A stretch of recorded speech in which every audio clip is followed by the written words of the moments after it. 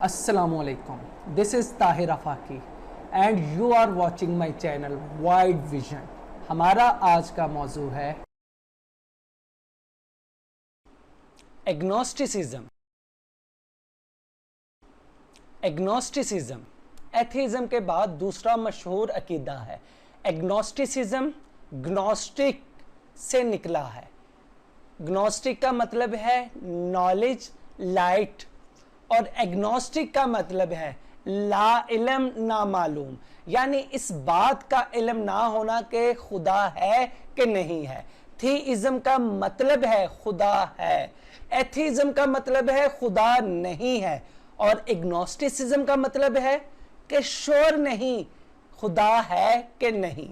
Rao William इसकी तारीफ यूं करता है, Human reason is incapable of providing sufficient rational grounds to justify either the beliefs that God exists or the belief that God does not exist। यूं कहा जा सकता है कि कोई कहे कि मैं नहीं जानता खुदा है कि नहीं, यानी उसके पास कोई साइंसी सबूत नहीं है, कोई अकली सबूत नहीं है खुदा के होने का या ना होने का। यूं ये अकीदा साइंसी असूलों पर ईमान लाते हुए मगरबी दुनिया में राइज हुआ। तो नाजरीन, ये था हमारा आज का मौजू एग्नोस्टिसिज्म।